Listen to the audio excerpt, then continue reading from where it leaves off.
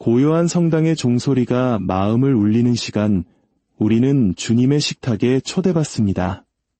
미사에 참례하고 기도를 바치며 마침내 거룩한 성체를 모시는 그 순간, 여러분은 어떤 마음이신가요? 혹시 모든 의무를 다한 것 같은데도 영혼 깊은 곳에서 설명할 수 없는 불안함이나 공허함을 느껴본 적 없으신가요? 마치 가장 중요한 무언가를 빠뜨린 듯한 그런 기분 말입니다. 오늘 우리가 함께 나눌 이야기는 조금 불편할 수도 혹은 외면하고 싶었던 진실일 수도 있습니다. 하지만 반드시 필요한 이야기입니다. 지금 이 순간에도 수많은 이들이 고백하지 않은 죄로 얼룩진 영혼을 지닌 채 성체를 모시고 있기 때문입니다. 그리고 우리가 무거운 죄의 짐을 내려놓지 않고 제단으로 나아갈 때 치유의 성사인 성체성사는 오히려 우리 영혼에 깊은 상처를 남길 수 있습니다. 사도 바오로는 코린토 1서에서 분명히 경고했습니다. 누구든지 합당하지 않게 주님의 빵을 먹거나 그분의 잔을 마시면 주님의 몸과 피의 죄를 짓게 됩니다. 이 말씀은 단순한 비유가 아닙니다. 우리 영혼을 향한 하느님의 간절하고도 시급한 경고입니다. 20세기 가장 위대한 성인 중 한 분이시자 예수님의 오상을 몸에 지니고 사셨던 피에트렐치나의 성비오 신부님. 그분은 사람들의 육신 넘어 그 영혼의 상태를 꿰뚫어 보시는 특별한 은총을 받았습니다. 신부님은 고해소에 찾아온 이가 차마 고백하지 못한 무거운 죄를 숨기고 있을 때 그것을 정확히 알고 계셨습니다. 그리고 결코 그냥 넘어가는 법이 없으셨습니다. 그것은 심판하기 위함이 아니었습니다. 바로 사랑 때문이었습니다. 비오 신부님께서는 늘 말씀하셨습니다. 합당하지 않게 모시는 성체는 예수님의 심장에 박히는 새로운 목과 같습니다. 이 거룩한 여정을 시작하기에 앞서 잠시 시간을 내어 이 메시지가 더 많은 영혼에게 닿을 수 있도록 도와주십시오. 여러분의 좋아요와 구독은 하느님의 은총을 나누는 작은 실천이 될 것입니다. 이 영상을 보는 모든 분들께 주님의 평화가 함께하기를 기도합니다. 이제 비오 신부님의 깊은 영적 통찰과 가톨릭 교회의 영원한 가르침에 따라 우리가 성체를 모시기 전 반드시 고해 성사를 통해 씻어내야 할 12가지 죄에 대해 하나씩 살펴보겠습니다. 어쩌면 오늘 여러분의 신앙생활을 완전히 바꾸어 놓을 놀라운 발견을 하게 될지도 모릅니다. 이것은 두려움에 대한 이야기가 아니라 우리 영혼을 비추고 치유하는 빛에 대한 이야기입니다. 첫 번째 죄, 중대한 이유 없이 주일 미사를 빠뜨리는 것. 어릴 적부터 우리는 주일에는 미사에 가야 한다고 배워왔습니다. 하지만 시간이 흐르면서 많은 이들에게 주일 미사는 선택사항처럼 여겨집니다.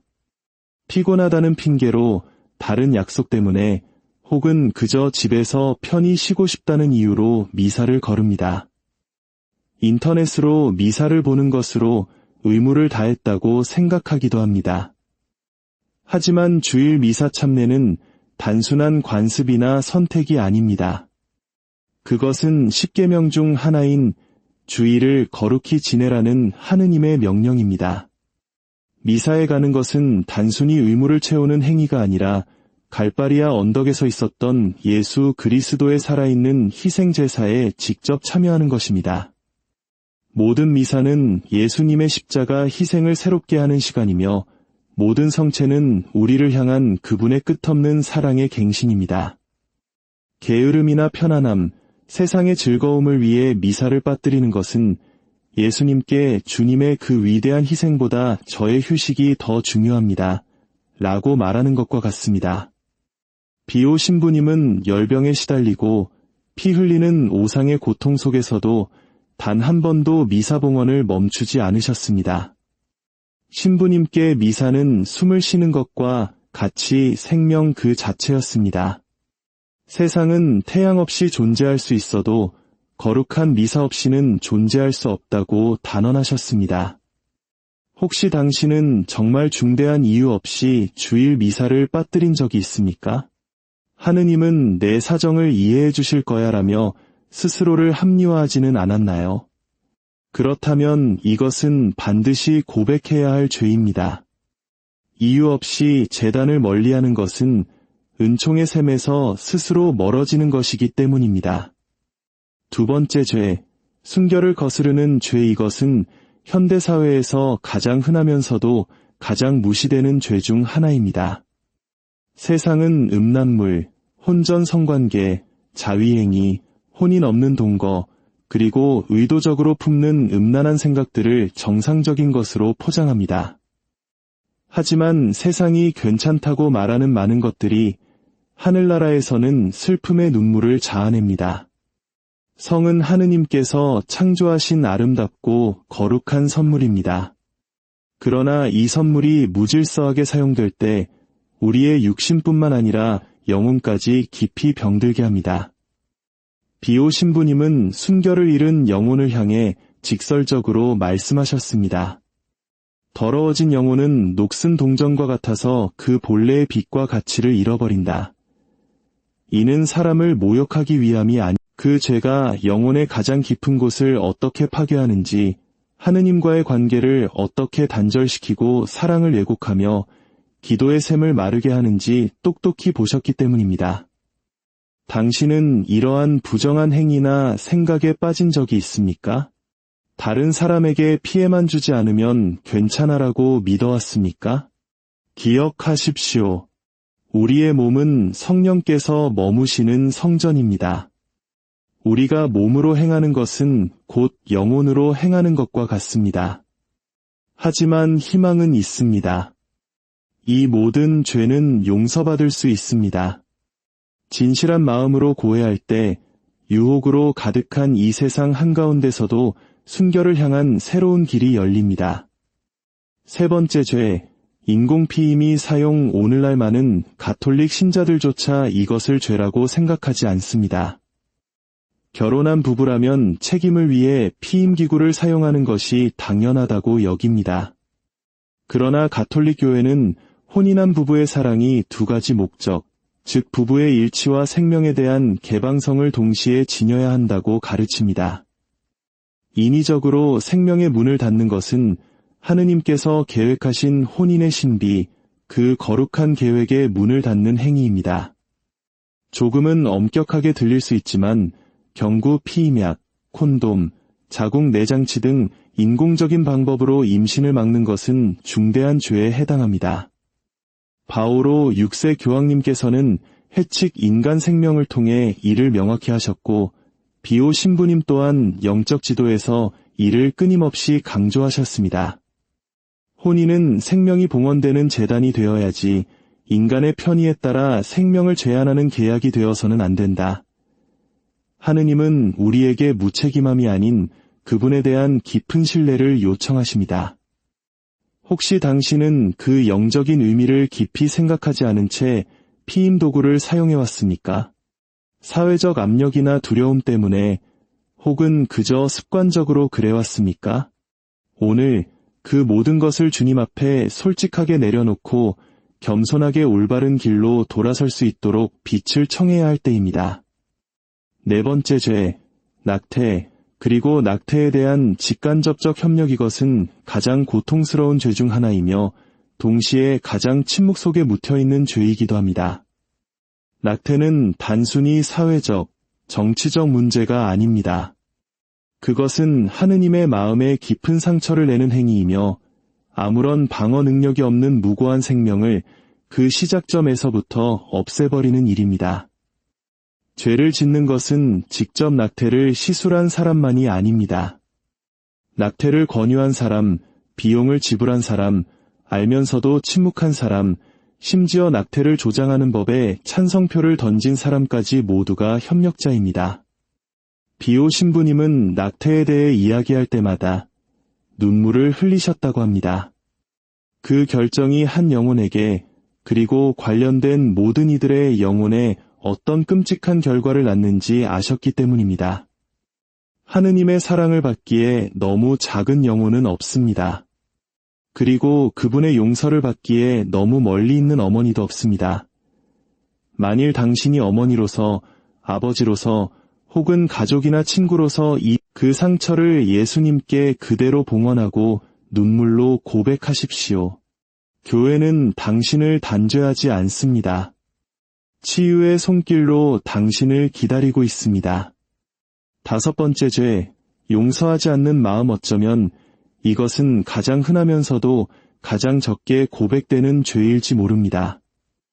우리는 마치 원한과 분노가 자기 자신인 것처럼 그것을 꼭 붙들고 살아갑니다.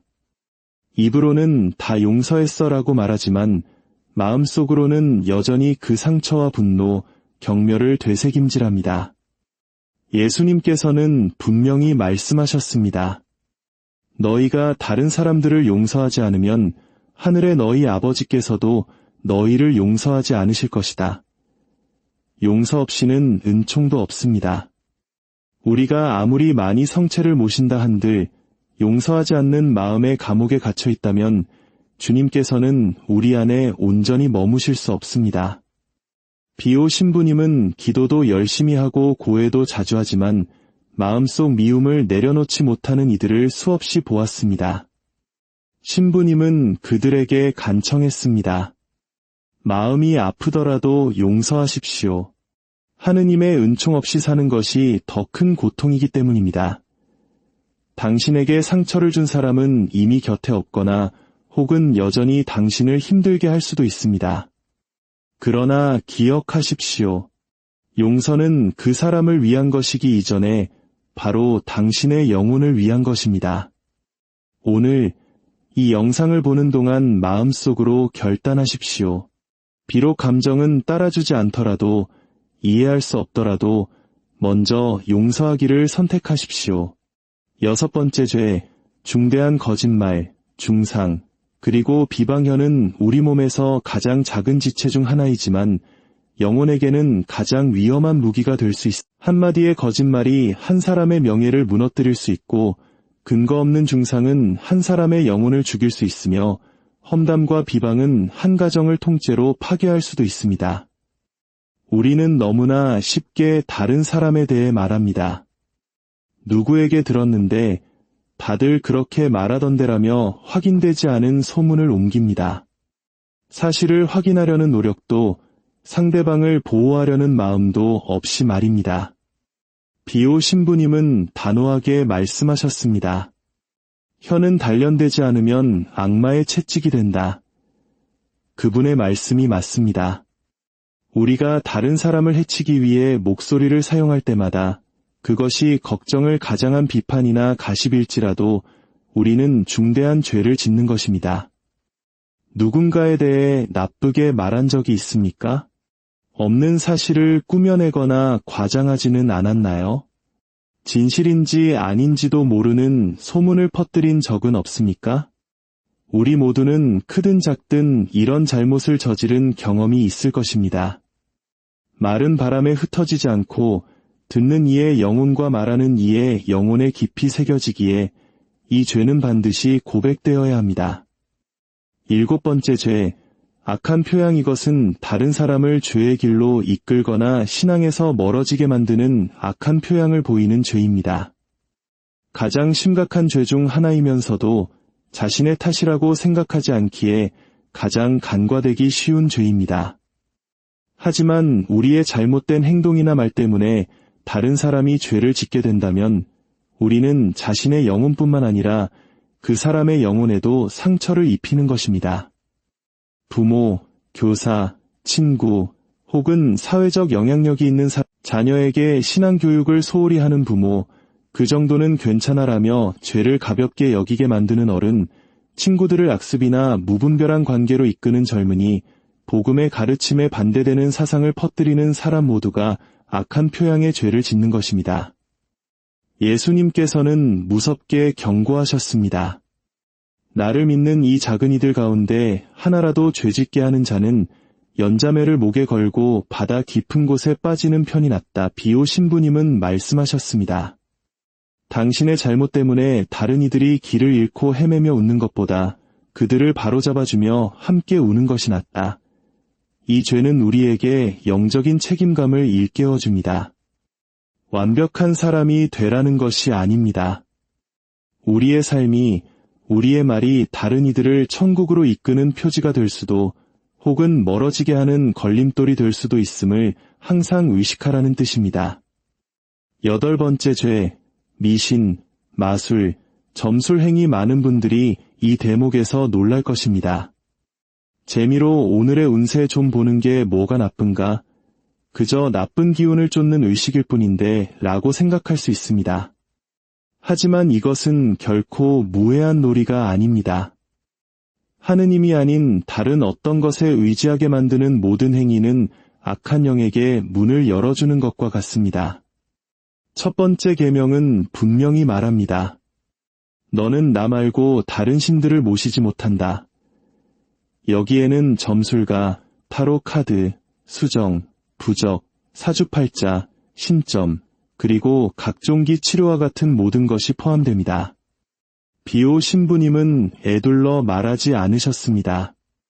아무런 대가 없이 악마와 노는 법은 없다. 이것은 광신적인 이야기가 아니라 하느님께 대한 충실함에 관한 문제입니다.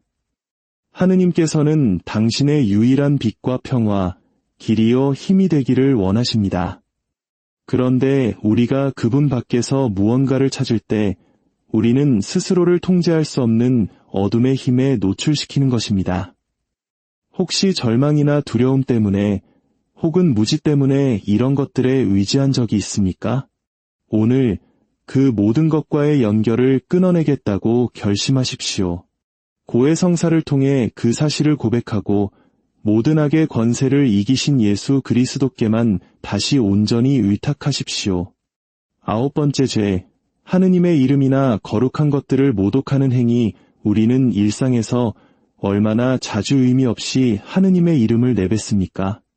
아이고, 하느님, 맙서사, 예수님, 과 같은 말들을 단순한 감탄사나 농담, 심지어 욕설처럼 사용합니다. 더 나쁜 것은 교회나 성인, 성모님, 교황님을 조롱하는 행위입니다. 신부들은 다 똑같아, 성당의 위선자들만 가득해 와 같은 말들을 그 안에 담긴 무서운 의미는 생각하지 않은 채 가볍게 내뱉습니다. 이 죄는 우리를 그토록 사랑하시는 하느님의 마음을 직접적으로 아프게 합니다. 그분의 이름은 거룩하시기 때문입니다. 거룩한 모든 것은 존경받아 마땅하기 때문입니다. 우리의 신앙은 농담거리가 아니기 때문입니다. 비오 신부님은 이런 이들을 부드럽지만 단호하게 꾸짖으셨습니다. 사랑으로 예수님의 이름을 부를 때 하늘이 감동하는 법이다. 그 이름을 남을 넘어뜨리는 돌처럼 사용하지 마라. 당신은 하느님의 이름을 헛되이 부른 적이 있습니까? 거룩한 무언가를 비웃거나 조롱하지는 않았나요? 이 죄 또한 흔하지만 반드시 깨닫고 고백해야 할 중대한 잘못입니다. 10번째 죄, 중독과 탐닉술, 마약, 도박, 그리고 무절제한 탐식. 문제는 무언가를 섭취하는 것 자체가 아니라 그것이 당신의 삶을 지배하도록 내버려 두는 것입니다.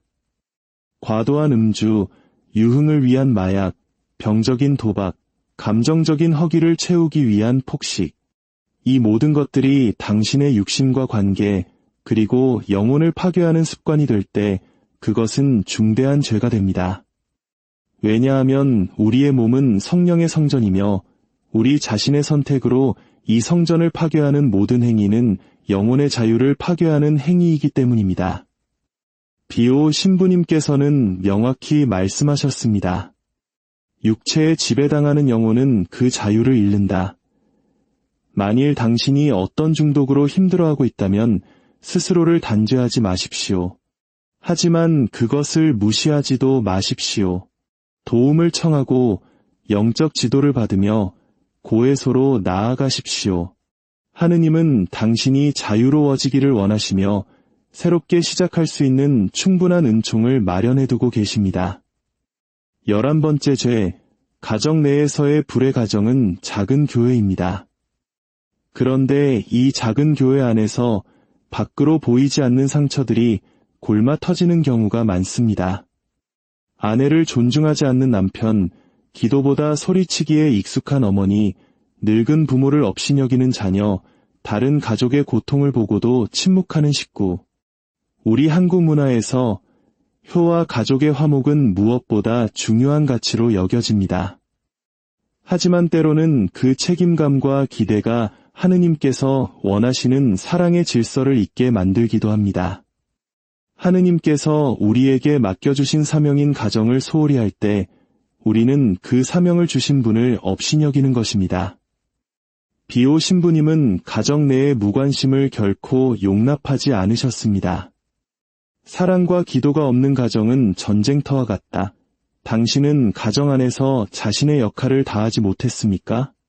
말이나 무관심, 이기적인 태도로 상처를 준 적이 있습니까?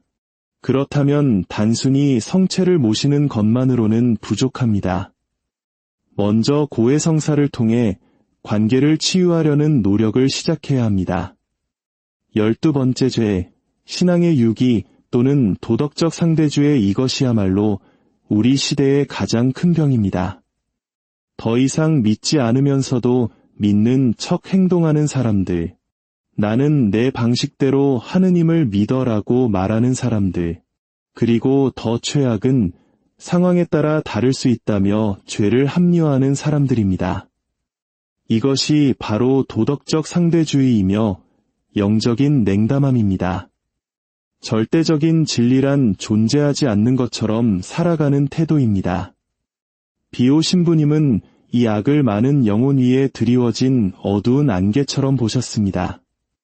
가장 나쁜 죄는 죄가 존재하지 않는 것처럼 사는 것이다. 어쩌면 당신은 입으로 하느님을 부정하지는 않았을 것입니다. 하지만 당신의 살아가는 방식, 당신의 결정, 당신의 가치관으로 그분을 부정해오지는 않았습니까? 이 죄 또한 고백이 필요합니다. 당신에게 수치심을 주기 위해서가 아니라 당신에게 진리의 빛을 되찾아주기 위해서입니다. 우리는 이제 긴 여정의 끝에 다다랐습니다. 이 12가지 죄에 대한 이야기를 들으며 당신의 마음에는 어떤 움직임이 있었습니까? 어쩌면 마음 한구석이 불편하고 가슴에 돌덩이가 얹힌 듯한 기분일 수도 있습니다. 두려워하지 마십시오. 그것은 죄책감이 아니라 바로 은총입니다.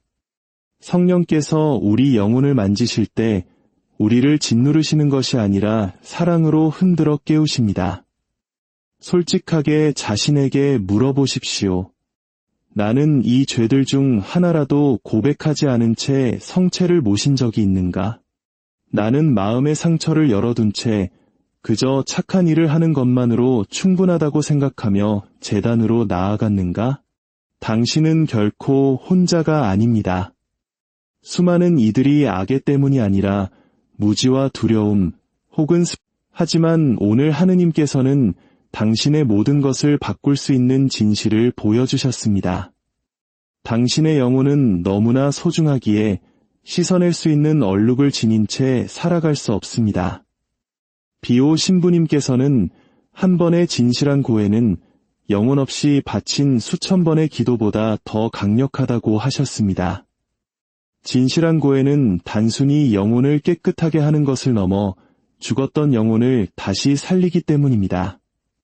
하느님께서 용서하지 못할 죄는 없습니다. 그분께서 고쳐주시지 못할 만큼 망가진 인생도 없습니다.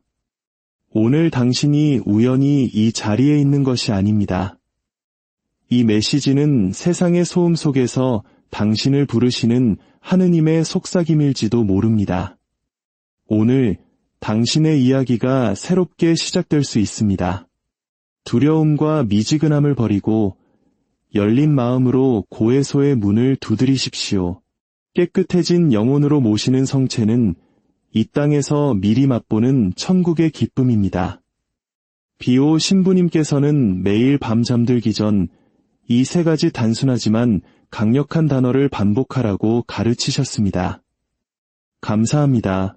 용서하소서. 의탁합니다. 첫째, 감사합니다. 이해할 수 있는 것과 없는 것 모두에 대해 감사하십시오. 살아있다는 은총에, 당신을 붙들어주는 신앙에, 그리고 회개로 부르시는 모든 순간에 감사하십시오. 감사는 불평으로 가득한 마음을 정화하고 영원한 기쁨에 마음을 열게 합니다.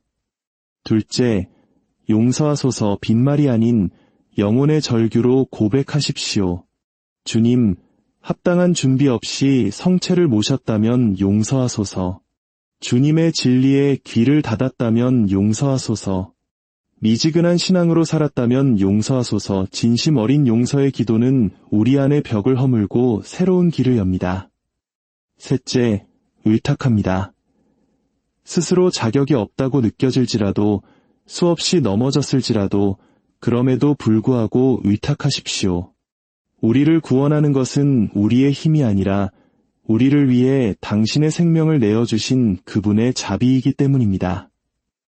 비오 신부님은 하느님께 대한 신뢰는 하늘의 모든 보물을 여는 열쇠라고 하셨습니다. 이 세 단어를 당신의 매일의 기도로 삼으십시오. 그러면 당신의 마음이 어떻게 변하는지, 영혼이 얼마나 가벼워지는지, 그리고 성체성사가 마침내 본래의 의미, 즉 살아계신 예수님과의 참된 만남이 되는지를 목격하게 될 것입니다. 오늘 이 여정을 통해 당신의 마음속에 무언가 움직였다면 그것을 무시하지 마십시오. 지금이 바로 당신의 이야기가 바뀔 수 있는 순간입니다. 댓글에 당신 마음의 기도를 담아 이렇게 적어주십시오. 주님, 제게 깨끗한 마음을 주소서. 이 작은 기도가 당신의 삶을 더욱 진실하고 기쁜 성사의 삶으로 이끄는 첫걸음이 될 것입니다. 그리고 이 메시지가 필요하다고 생각되는 단 한 사람에게라도 이 영상을 공유해 주십시오. 당신의 작은 나눔이 어둠 속에 있는 한 영혼에게 하느님께 돌아오는 길을 비추는 등불이 될 수 있습니다. 저희 채널은 성비오 신부님의 발자취를 따라 함께 기도하며 천국을 향해 걸어가는 신앙 공동체입니다. 구독을 통해 이 거룩한 여정에 동참해 주십시오. 기도하고 믿고 걱정하지 마십시오. 피에트렐치나의 성비오 신부님의 이 말씀을 항상 기억하십시오. 주님께서 당신을 축복하시고 겸손하게 고백할 수 있는 용기와 그분의 용서를 받아들일 수 있는 기쁨을 주시기를 빕니다. 거룩한 성체성사가 당신의 마음에 찾아오시는 천국의 방문이 되기를 기도합니다.